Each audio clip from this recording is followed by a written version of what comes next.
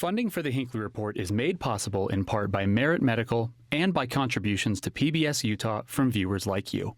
Thank you. On this episode of the Hinckley Report, new leaders are sworn in and set their priorities for the year ahead. Utah lawmakers take a stand on major immigration policies. And polling reveals what issues are at the forefront of Utahns' minds in 2025.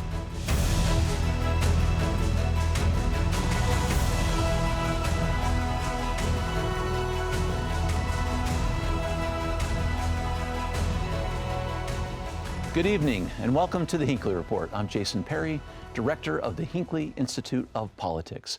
Covering the week, we have Representative Candice Pierucci, a Republican from Riverton and Majority Caucus Manager in the Utah House. Dennis Romboy, editor with the Deseret News. And Chris Blake, partner with RRJ Consulting. So glad to have you all with us. A lot of interesting things happening this week in the political world. People are taking their offices after they've had their election. I want to start talking about the inaugurations first with you, Chris, if that's okay. So we had all the ceremonies this week. The Eccles Theater was full of lots of folks. We had the oath of office taken by Spencer Cox, Lieutenant Governor Dieter Henderson, Attorney General Derek Brown, Treasurer Marlo Oaks, and State Auditor Tina Cannon. Big event, and speeches were coming out. Talk about some of the takes from that event. Well, I'll just note, we forget 4 years ago when some of these people came into office. I guess Governor Cox and Lieutenant Governor Henderson are the only ones from that group. Yeah. But we weren't able to celebrate. We weren't able to have that inauguration because of COVID and the things that were going on at that time. So it was a well-organized event. It was a great celebration, and I'm happy that they got that opportunity. And really, I think most importantly, they set an agenda or tone for what they're looking forward to coming forward. And it's optimistic, and it's energetic, and it's tackling the issues of the day. And I think that's not surprising coming from the governor and the other folks that were on the stage. That's what they're focused on. I want to get to a couple clips from that. First, from the governor talking about some of those policy-oriented things he'll be working on over the coming years. I want to show him that one, and then we'll get into the Lieutenant Governor, who had a chance to speak here as well. So watch this clip, Dennis, and we'll give a comment about some of these issues and how they're resonating with voters from the governor. We believe in an abundance agenda, that we don't have to choose between saving our precious resources and make Utah great and being one of the fastest growing states in the nation.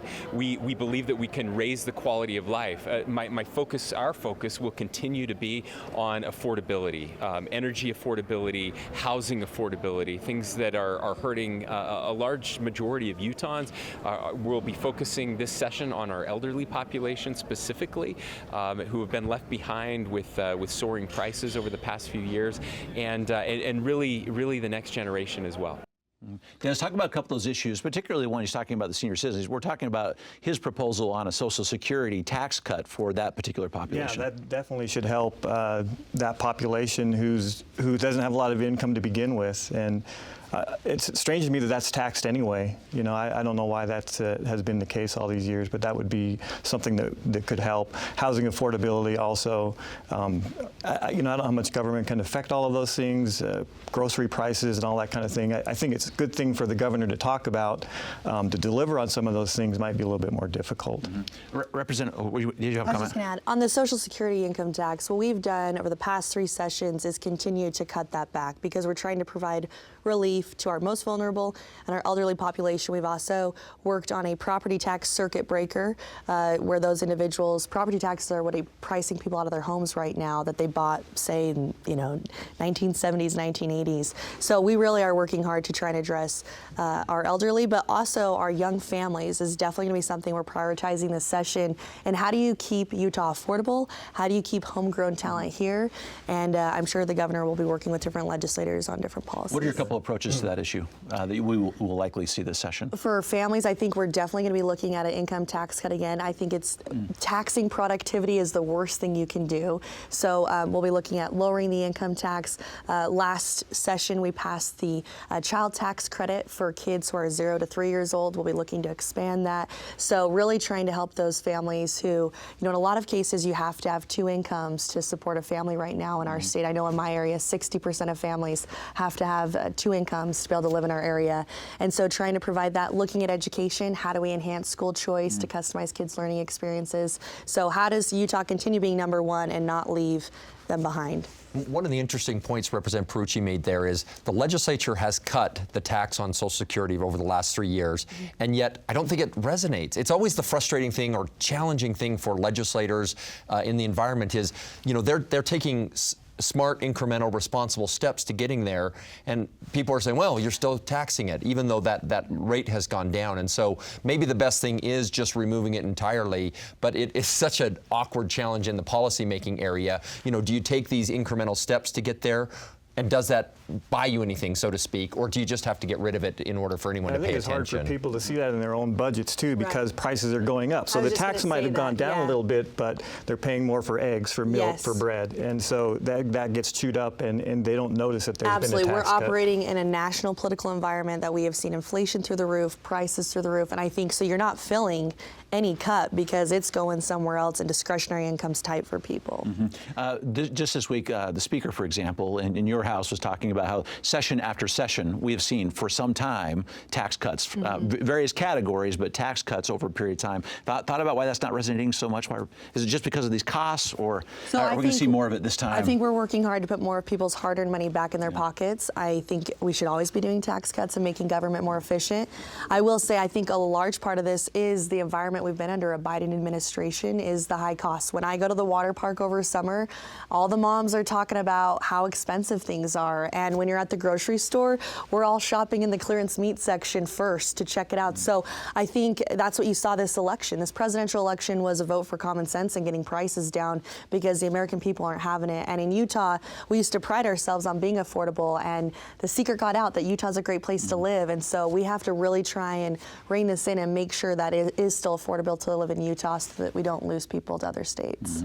A couple other big policy items, Chris, were brought up by the Lieutenant Governor as she gave her speech. I want to play a clip there and talk about her approach on some of these issues and how this might really correspond with some of the priorities also of the legislature. Let's roll this clip. As we face new challenges, we will build on the foundation we've inherited. We will continue to embrace the and. We can maintain public safety and demonstrate the compassion that defines our values as a state. We can welcome refugees and new Americans and support immigration reform. Finally, following the leadership of Governor Cox, we can disagree with someone and still show them respect. Talk about how those couple issues are going to play out in the session: public safety, immigration, and we'll be talking about civil dialogue too. But those two first ones for sure. Yeah, I guess I would say I hope that what she's saying is true, because what she's talking about essentially is the Utah way, a term of art that we've used for a long time, but it's about finding solutions, recognizing there are problems and challenges that need to be dealt with and solved. And those are often very complex and difficult, but there is a way to do that without demonizing individuals or groups of people. And I think people care about that here, and so I love the general comment and tone that she's setting there. But these are going to be challenging issues, specifically as it relates to immigration. We see even within the Republican Party, the Trump, group, there's been a battle going on between about H-1B visas, and with different groups, kind of the libertarian tech crowd and sort of the more MAGA, America First crowd. And they're seeing that issue around immigration very differently. And so how they go about resolving that, I'm going to be intrigued to see. But I think here in Utah, we've always taken this approach that we do need to solve complex problems, but we also need to recognize there is human impact, and we do care about people here in this state.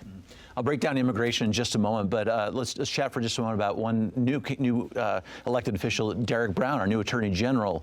Dennis took office this week and immediately put out a couple statements about some things he's going to do. One, I guess, close to you, as the calendar. His calendar will be made public, and also he says he will create an internal ethics committee to potential conflicts of interest. Yeah, I think he's off to a good start there. I mean, our Attorney General's office for the last 3 administrations have really had a black eye in a lot of ways, and the last one was about a calendar, and I think that was that went on for about a year. And so him saying he's going to release his calendar weekly or put it on his website, I think that's a good thing.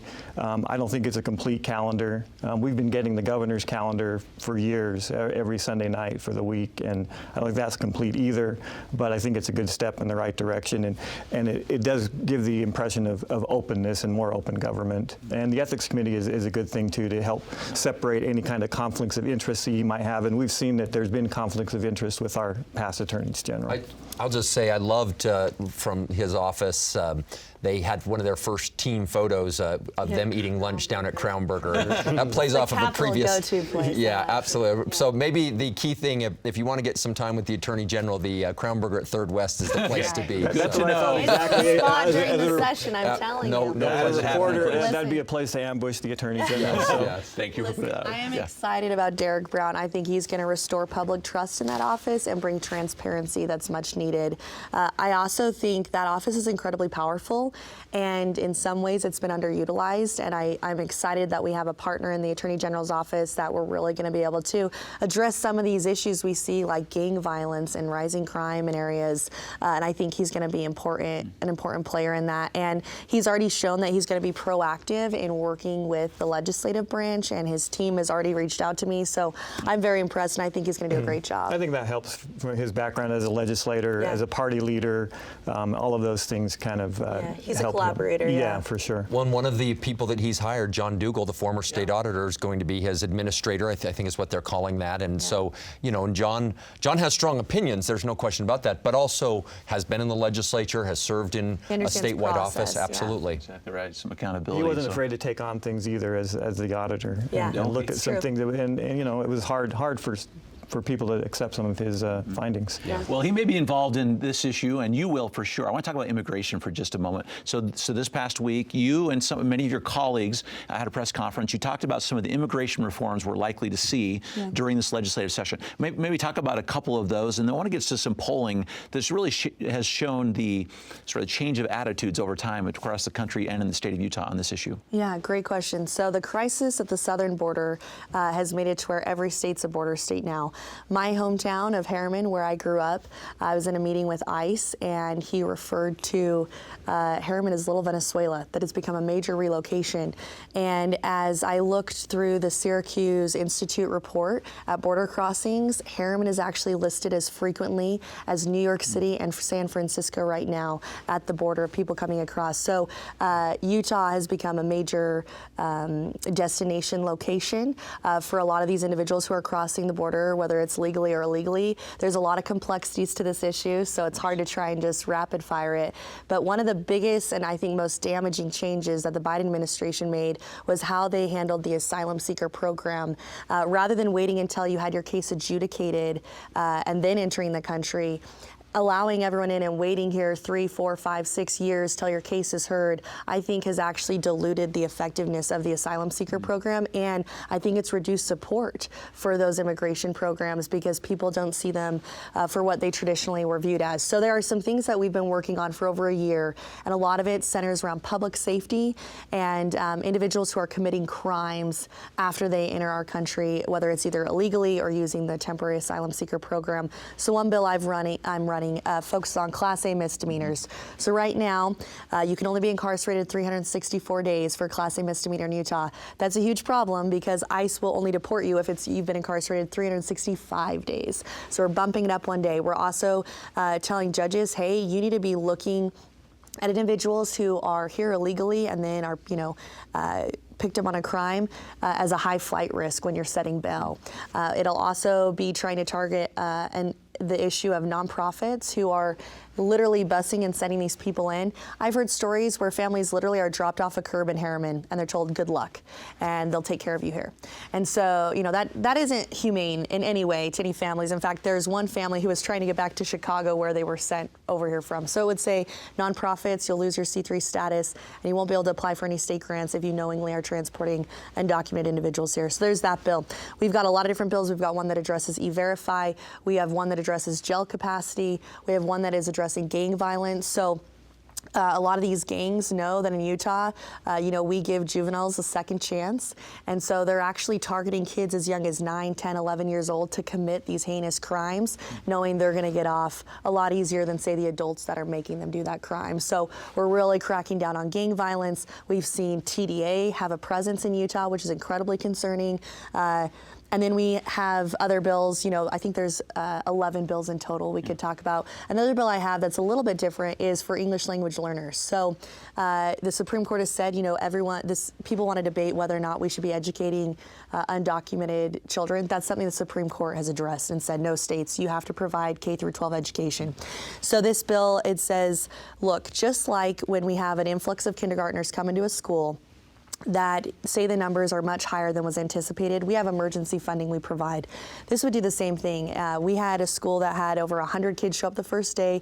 They couldn't speak English and they'd never attended school or even registered. And so that was a massive amount of students with unique needs for the school to absorb. So this would provide some English language learning assistance so that our classroom sizes don't continue to bloat. And we're trying to have a very targeted approach to that issue.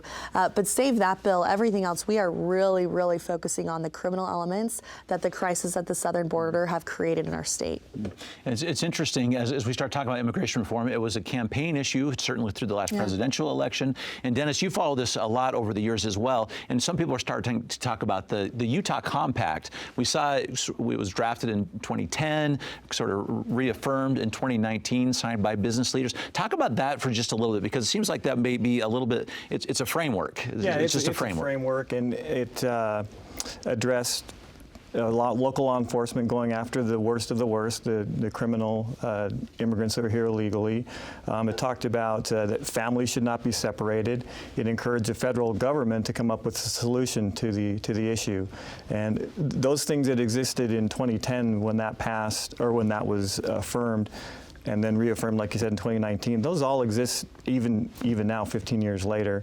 The legislature passed a whole package of bills in 2011 to address some of those things. Some of them never even came to fruition, as far as I can remember. A guest worker program, a partnership with Mexico.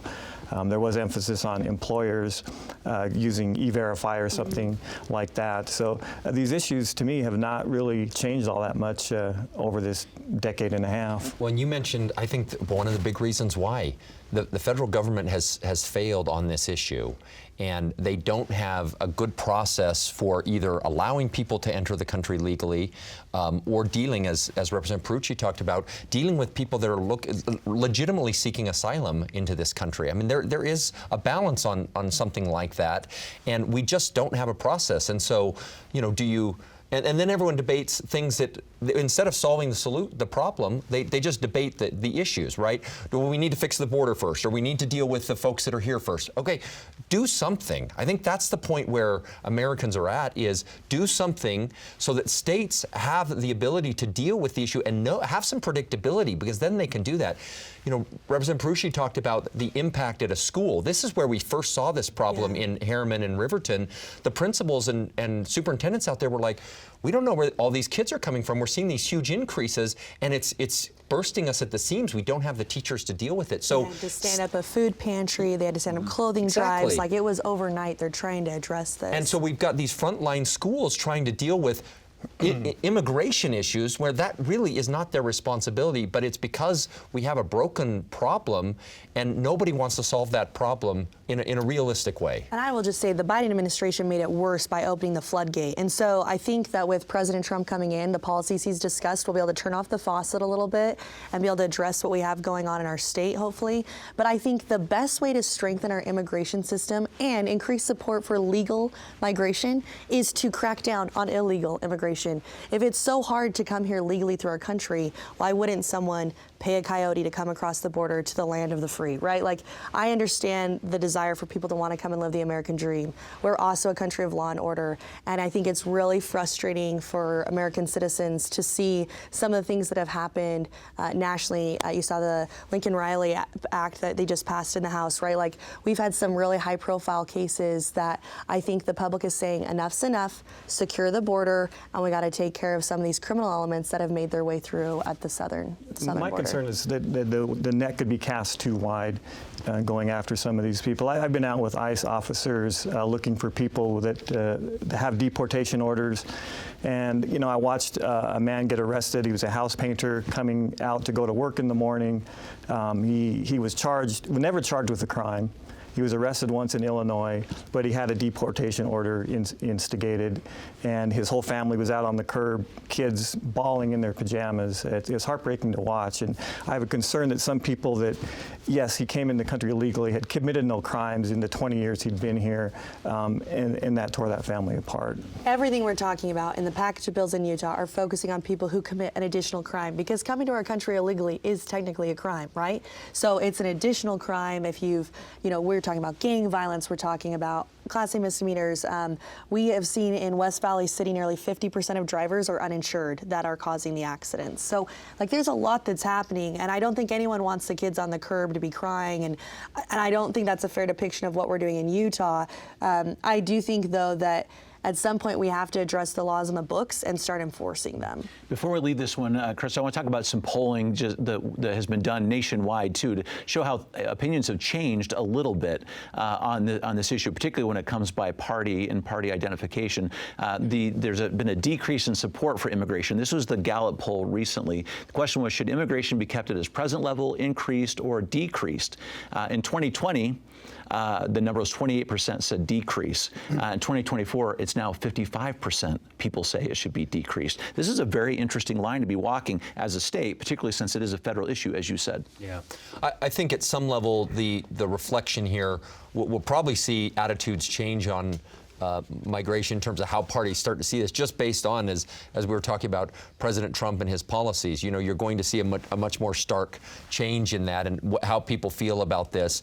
I think what it reflects to me is there are legitimate issues, and there are issues that need to be solved.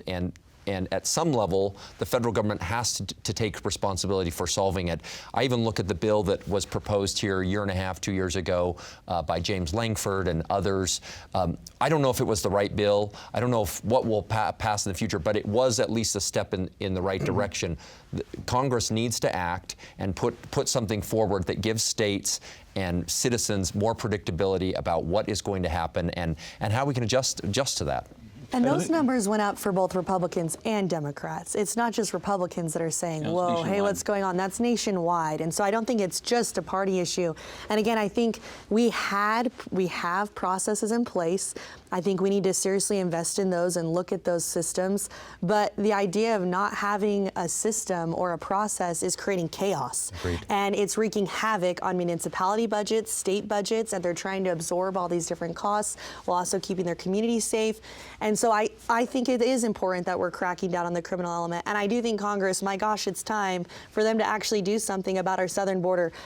National security is one of the few things we delegate to the national government, and they're failing. To me, this is a national security issue, and it's important that they actually get their act together and address it. Because I don't think anybody, and this is what I'm hearing from you, Representative, is I don't think anybody doesn't believe that a country is benefited by immigration. People that are coming here bringing new ideas, new energy, new capital, particularly as we see our birth rate falling, you know, in our country. But doing it the appropriate way and having an avenue for them to come in and meet workforce needs and other things that are going to happen, whether that's at the high-tech skill level or at more of the base labor kind of level. But those are going to be important things that we need in our country to continue to thrive and grow. Let me switch topics for just a moment, because one big issue we are absolutely going to see this session also is around energy production inside the state. The Senate said they want to triple energy production. The governor wants to double energy production. And Dennis, we're even hearing about some emphasis on small modular nuclear reactors. We got the whole range on the table for this session. Yeah, and nuclear is something that our legislative leaders and our governor have been behind for a number of years. And you know, I think the governor has some plan to kind of fast track some of these energy projects. I don't know if nuclear is one of those or not, but that usually takes decades to build a nuclear power plant. I don't know how quickly, you know, that could happen.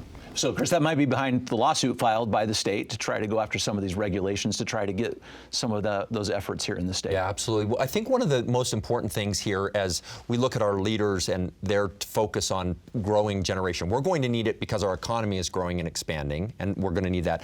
But what we're also seeing is a real need around power generation for AI data centers and some of these new technologies that are coming on board. These suck up huge amounts of power, and we can't do that just sort of in the natural growth the way that we've been doing that.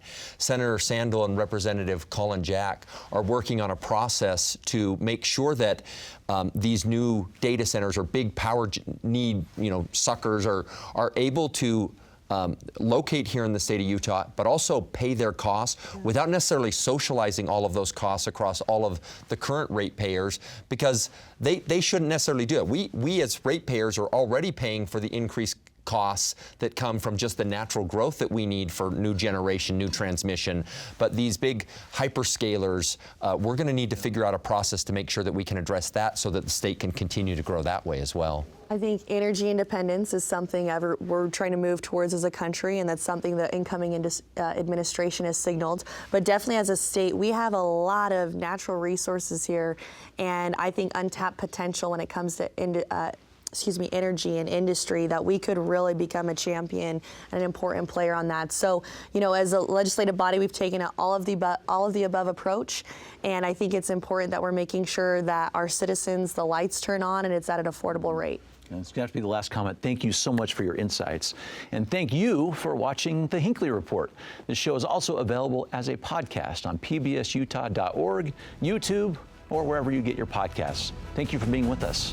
We'll see you next week. Funding for the Hinckley Report is made possible in part by Merit Medical and by contributions to PBS Utah from viewers like you. Thank you.